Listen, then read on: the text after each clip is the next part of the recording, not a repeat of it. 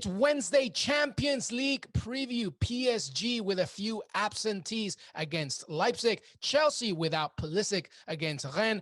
Barcelona, Manchester United also play. We got all the action. Jimmy Conrad, Jonathan Johnson, James Benge. And if you're listening to us on Apple Podcasts, make sure that you leave a rating and review and stay right here because the show begins right now. Champions League Wednesday preview. As promised, we begin it all with my man, Jimmy Conrad. Jimmy C, how are you, brother? I am living the dream. I'm excited to be wearing my Brisbane Roar A-League jersey, just to rep Australia a little bit. But yeah, I'm excited. I love the Champions League. It's my favorite competition in the world, so I'm always happy to talk about it. I love it, and I love the roar action. Let's get roaring into your easy money. But before we do that, by the way, saluting all our listeners. As mentioned, if you listen to us on cbssports.com, also make sure that you go to Apple Podcasts, Spotify, or Stitcher. And a special mention to our producer's dad, who's not a soccer fan, but now is one because of Que Golazo, Glade Polly. What a name, hey, Jimmy? What Glade a name. Polly. What a name. My name pales in comparison to Glade Polly. So shout out to Glade. Glade Polly sounds like an Air Force pilot. I love it. I love it. All right, Jimmy, let's talk about your easy money Wednesday. So many good games. Let's start straight away. Okay, so I'm going to start with, for me, the best player in Champions League history, Cristiano Ronaldo. Juve is traveling to Hungary to take on Ferencváros. And even though I like Ferencváros in some ways, I'm not going to talk about them. I'm going to talk about Juve because Cristiano came back from his double COVID test. He came on as a sub against Spezia, scored 2 goals in 37 minutes or whatever. The guy just scores goals. The guy is an absolute machine. He gets better with age for whatever reason. He just has a knack for being in the right place at the right time, and his finishing ability is next level. You can get this guy at plus 100. So you got to bet 100 to win 100, right? Or 10 to win 10 or whatever you want to score the first or last goal. So that's the best value that I could find. You can obviously take a big wager, just go first only, but I like the first or last goal because you can cover yourself with 2 different angles. One is he going to set the tone early and say, hey, I'm here, I'm going to take you down, Ferencváros, or is he going to want to be the hero and score last? So I feel like this covers you in both ways. So I like that bet a lot. And the guy's going to score. It's just a matter of when he actually does it. That's a great bet. That's a great bet because Ronaldo's probably, thinking, I couldn't play against Barcelona, all these COVID issues. Let me just go at it against arguably a weaker side. And he loves the Champions League. It's his competition. He owns it. He takes responsibility for it. He just wants to be the guy. And I think this is his one real chance to put his flag on the ground and say, I'm better than Messi at this competition, which I believe that he is. Okay. And then the next one I have is Chelsea's Timo Werner to get over 1 shot on target. He's got to get 2 or more to get plus 130. I like this one a lot. I'm going to use the Sevilla. They played Sevilla 2 weeks ago, match day 1, 0-0 at Stamford Bridge. And he still got 2 shots on goal against a very, very difficult to break down Sevilla defense. And I like him to do the business, especially if they're going to start Tammy Abraham up top. Him coming off the wing is a little bit of a different version of Timo Werner. I think he likes to cut in, and I think he likes to shoot from that. When he's the number 9 by himself, it's a little bit harder at times because I think he's got to bring other people into the play. But when he's out wide, he gets to join the attack. The responsibility of holding the ball up goes to Tammy Abraham, and I think he's going to get more shots. And, he's playing Rennes. If he can't get 2 shots on Rennes, I'm going to be pretty disappointed. I like that value a lot at plus 130. I had Mbappe to do the business of my Jimmy special. I took him out because he's actually going to be hurt. Come on, Mbappe. You need to win this game. PSG needs to beat RB Leipzig in Germany, but I'm going to leave that one alone for now. So Manchester United's Anthony Martial to score and United to win 1-0, 2-0, or 2-1 is plus 500. This is probably my biggest flyer of the day.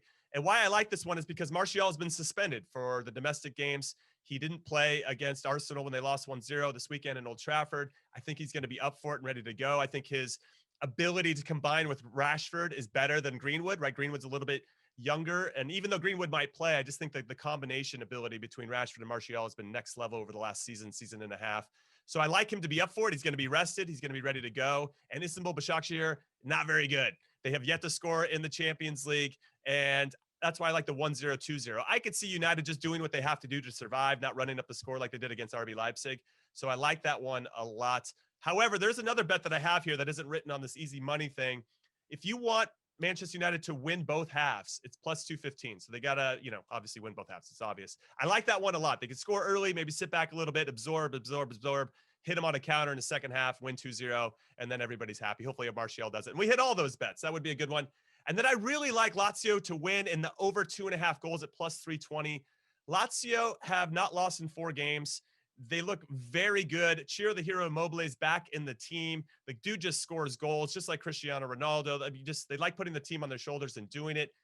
I just think that I don't know. It was a Dynamo Kiev, I think is, no, that's not who they're playing. They're playing against Zenit St. Petersburg. Yeah, Zenit. And Zenit hasn't been very good. They've lost 3 straight. Well, they beat a team in the relegation zone this past weekend. But prior to that, they've not looked good. They lost to Club Brugge at home 2-1. And I just think that Lazio are a better team than Club Brugge. And even though Zenit maybe might make some changes, I think their heads are down. I think the coach could actually be getting fired here pretty soon, despite his wealth of experience. I like Lazio a lot. I'm like, Lazio winning over 2.5 goals. That's a 2-1 scoreline plus 320. Stamp it, Luis. Easy money. Those 3 games, by the way, Chelsea, Rennes, Istanbul, Besiktas, Manchester United, and Zenit St. Petersburg against Lazio. They're all brand new matches. These opponents have never faced against each other. Very quickly, I think to Timo Werner's point, the fact that Pulisic is out will give more freedom on the wing. I think the Manchester United thing on leading both halves is a tricky one, but to your point about Anthony Martial, he's going to be up for it. And yeah, Ciro the Hero, you just got to root for him. Anything else from Wednesday's action? Any sneaky picks? I mean, we also have Sevilla against Krasnodar, Club Brugge against Dortmund, and Barcelona against Dynamo Kiev. Anything else from those games at all?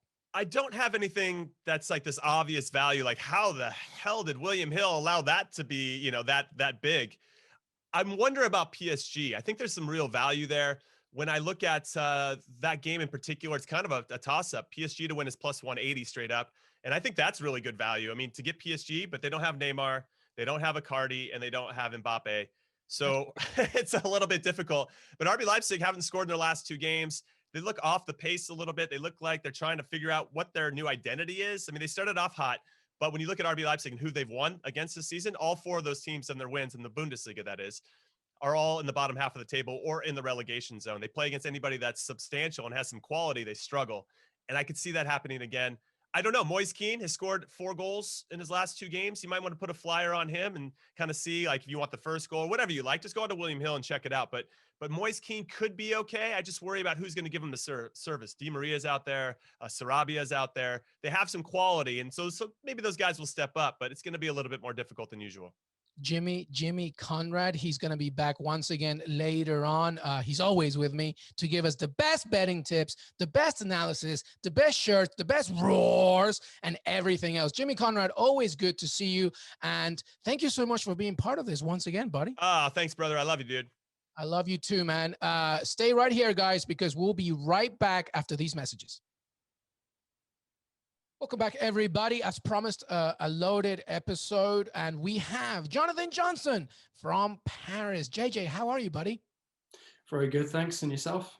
I'm good. I'm excited to talk to you about a very big game on Wednesday, PSG at RB Leipzig. We have already talked about a few injuries, but we haven't really full on discussed all of them. And it's a bit of a conundrum here for Thomas Tuchel. Talk to us about just the squad and the absentees. Yeah, so PSG made the decision overnight that Kylian Mbappe won't feature against Leipzig, and that's bearing in mind that Neymar was already ruled out until after the international break. So it's PSG going to Germany for a key match in the group without their 2 star men. On top of that, there's no Marco Verratti. He's been out for a while now. Mauro Icardi as well. We're unlikely to see either of those guys until after the international break, and the same goes for Julian Draxler. So a number of absentees for Thomas Tuchel. Okay, he's been boosted by the return of Leandro Paredes, so that gives him one new option in the midfield because things have been looking a bit stale there. But otherwise, this is going to really challenge Tuchel to rise to the to come to the fore tactically for this game to get the result. So as we look to this, who are some players I think that we can focus on with PSG? I mean, even though we have so many key members of the squad missing out and it's a big game, I'm thinking Moise Kean, Di Maria, do some specific players need to step up? Yeah, absolutely. I mean, Keane is one obvious candidate for that, considering the goals that he scored recently. Was the star man last week in Turkey, getting both goals against Başakşehir. Scored a double as well against Dijon in Ligue 1 recently. had his own physical worries, but he seems to have come through them. So he'll be definitely one of the players that Tuchel is hoping will deliver against Leipzig. Di Maria coming back from suspension, that domestic ban has now been completely served. That's a big, big boost, because Di Maria, as important as he is for PSG, doesn't seem to have had the run of games that he needs to find his form. So when he's been coming into the Champions League matches, he's not hot because he's not been playing domestically. And I think him finally putting a run of matches together, will benefit PSG. But whether or not he's going to be able to create at his best level in Leipzig, the pressure is really going to be on, because PSG need greater creativity. We've seen quite a few workman-like performances from the team in the last couple of weeks. And I think another key man to look at as well, especially when we're focusing on the midfield, is Marquinhos, whether Tuchel decides to put him in defence, whether he decides to continue with him in defensive midfield. Because if you've got Paredes coming into that midfield, that already freshens things up a little bit.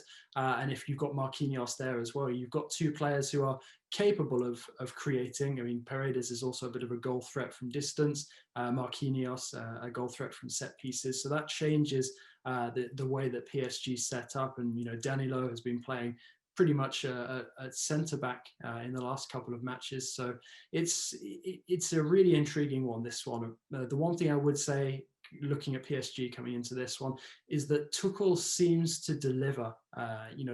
PSG get their best results under him when their backs are completely against the wall. Cast our minds back a couple of seasons ago when they went to Manchester United, suffering an injury crisis. A lot of players were unavailable for that one, and they managed to come away with a priceless first leg victory. Okay, they threw it away in the second leg at home, but in the group stages it's different, particularly with so much pressure on Tuchel and the team after this slow start to the season. A very good point. PSG's depth will be tested once again, and hopefully that will happen for them as they lie second in Group H, even on points with Leipzig, though, just behind Manchester United. Let's talk about Dortmund, JJ, as they face Club Brugge. You actually talked to Mats Hummels. This is a very good Dortmund side who has to face Club Brugge at Club Brugge. And then when you look at the standings, Dortmund, even though they're very good, they've won one, lost one, very tight one there, with Lazio and Brugge actually leading with 4 points, and then Dortmund in third place. What are some of the key things that he talked to you about, especially Gio Reyna, Haaland, etc., and this squad? Yeah, absolutely. It was a delight to speak to Mats recently. Thanks again to him for taking the time to have a chat. And like you mentioned, he was chatting about, this star-studded or starlet-studded Dortmund side, the likes of Reina, the likes of Haaland, the likes of Sancho, and basically focusing on how he is now seen as like a role model to his younger teammates, how he's come back for this second spell with Dortmund, with a lot of experience from his time with Bayern Munich and also the Germany national team. And he's sort of using what he's learned, and the winning mentality that he's developed in his two spells at Dortmund and also with Bayern to great effect with this young, vibrant side under Lucien Favre. They've been lacking sort of an experienced voice in the dressing room. So the fact that he's come back and is a regular mainstay in the starting 11 to the point where he scored 3 goals in their last 2 Bundesliga fixtures, is obviously a big, big boost. He had a lot of positive things to say about the likes of Reina, about the likes of Haaland and Sancho. He thinks that Haaland is going to go on to become one of the top scorers of the next decade. He's very excited for Reina's future, not only with Dortmund, but also with the US men's national team. And also Sancho, he thinks that he has all of the necessary attributes to become one of the best players in the world in the future. So, that's really glowing praise from Mats towards all 3 players. So finally, JJ, let's talk about Rennes. They have to travel to Chelsea. I mean, is there any hope here that Rennes can get anything out of this game? How do you see it? I think it's going to be a boost for Rennes having Nzonzi back. Obviously, we discussed the bizarre nature of his suspension against Sevilla in the last round of matches. But to go there without somebody of the quality of Camavinga, I think already puts them at a disadvantage. It's a shame we're not going to see him probably until after the international break. And this Rennes side, I feel their real opportunities in this group are always going to be the two matches against Krasnodar. So the fact that they've already drawn the first one at home, puts a lot of pressure on them to go and win away at Krasnodar. I mean, I think that they could sneak a point. I mean, if you look at how tight they managed to keep it against Sevilla for a long time until they were undone by a fabulous bit of finishing by Luc de Jong, anything can happen. But then again, if you dig deeper into the stats, look at the amount of chances that Sevilla had before they finally found the back of the net, and that takes a bit of the shine off of that Rennes performance. So I think if they can keep it tight against Chelsea, that would be a big achievement when you consider all of the firepower that Frank Lampard has at his disposal. But in terms of Rennes going there and getting the 3 points, I think it would probably have to be quite a freak performance, probably an off day for Chelsea as well. In order for that to happen. But then again, you look at what's happening in the Champions League, in the Europa League, and in all of the leagues across Europe at the moment, there are these freak results popping up all the time. So, all hope shouldn't be lost for Rennes before they go into this one. This is, at the end of the day, this is their first taste of Champions League football, their first foray into the Champions League group stages. This is all a learning experience for them, so they shouldn't be fazed by any of the teams they come up against. Just go and try and give the best account of themselves that they possibly can, and see what happens at the end of 90 minutes. And it would be really nice to see Julien Stéphan send his team out there fearless, try to create some chances despite these absentees. And see if they can perhaps sneak a point, and then look at the remainder of their matches in the group stage with a bit of positivity, targeting that trip to Russia against Krasnodar as a possible place where they can pick up 3 points that would move them into Europa League. All right, quick fire round for you, buddy. We've talked about all those 3 games. All right, so you're just going to give me the score. I don't want anything else, just the score. All right, PSG Leipzig. 1-1. Club Brugge Dortmund. 2-1 Dortmund. Chelsea Rennes. 3-1 Chelsea. Ooh, very good, Jonathan Johnson. Merci beaucoup. Stay safe, my friend, and we will speak very soon. Thanks, my man. Likewise. Hey, everybody, welcome back. It's Wednesday Champions League preview. As promised, we have a loaded show, and we welcome our friend James Benge from the UK. Benge, how are you, buddy? I'm great. We have 2 days of freedom left here in the UK before lockdown 2.0. So I'm looking forward to using them, watching football. I'm getting you to locking myself in. Well, stay safe to you and your family. And, here's to watching a lot of the beautiful game. Let's focus on the one that you are really looking at. You will be at the match. You've gone to the press conference. Chelsea top of Group E facing Rennes. A few key injuries as we expected from the weekend, and a lot to look forward to. Talk to us about Frank Lampard's side as they look ahead to face the Ligue 1 club on Wednesday.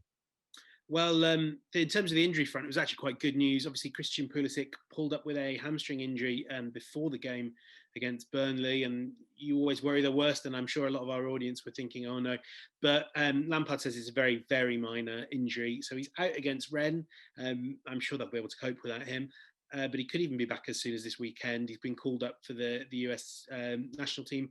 So he should be fine, which I think that just serves to sort of re-emphasise this abundance of attacking talent and attacking options that Chelsea have. And it's starting to click. For me, the person that really makes it, even though he's playing off on the right, is Ziyech in those early games.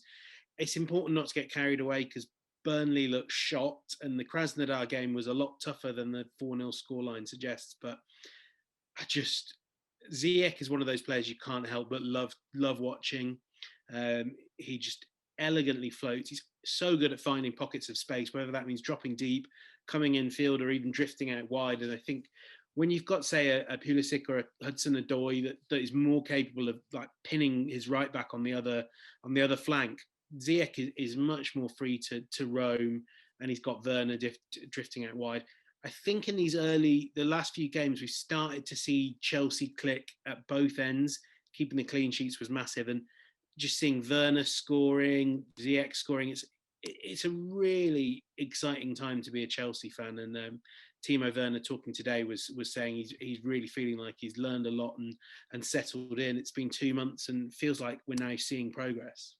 Yeah, to your point about Werner, Jimmy and I were talking, and Jimmy mentioned obviously that this is a great opportunity for him to just like, do what he does best, which is not just be central, but go wide, support perhaps if Tammy Abraham starts up front. Like he has all that space to attack. And then you mentioned Ziyech, of course. So, you look at the group, Benge, top of the table, 1-1, drawn 1, scored 4, haven't conceded a goal yet. Looking good. And you should think, this should be just 3 points for Chelsea. No, do you fear that maybe there's a few nerves here, or do you see this straight up? No, we'll get this done. I think one of the joys of this Chelsea team is their unpredictability. For a reporter, for someone covering the team, it's a bit, you never know which Chelsea you're going to get. Having said that, and that was certainly the case last season, but this season, that defence, and in particular Thiago Silva and Edouard Mendy, there's just so much less variance. I know Mendy's on 5 clean sheets from 6 games, which is a pretty remarkable record. I mean, these haven't all been easy games as well. We've had Man United there. He played really well against Krasnodar. I think when you've got that composure at the back, you can weather the storms, and Rennes are going to be absolutely fearless, I'm sure. Keen to remind Chelsea that Mendy can concede goals. Obviously, Mendy, a former Rennes player. So there is, there's reason to think, that this Rennes team could cause some difficulties. But I just trust that defence. I trust it so much more with Thiago Silva. And, he's probably going to play in midweek because the game on Saturday is against Sheffield United. You'd think that would be one where they'd feel like they can rest players. Kurt Zouma has improved a lot next to Silva. The whole defence looks so much more settled. And, that I think also, and I'll stop going on about how great Chelsea's front line is in a minute, but when you have that attacking talent, opposition is naturally going to be just a bit more hesitant coming forward because that Ziyech, Havertz, Werner can tear you apart on the break. And actually, the criticism you'd make of Werner, or the challenge for him, is he hasn't been given those opportunities to run in behind because defenses are terrified of him. Yeah, absolutely. Well, so what's your prediction here, Benj? How do you see this one by the end? Probably 2-0, a pretty comfortable 2-0. Yeah, I think Chelsea are going to make this look quite easy, and I can't see Mendy ever conceding a goal again. I want to thank Jimmy Conrad, Jonathan Johnson, and James Benge. Make sure that you follow us on Que Golazo on Twitter. And again, listen to us on Apple Podcasts, stream us on Spotify or Stitcher, and anywhere else you listen to your shows. We will see you next time.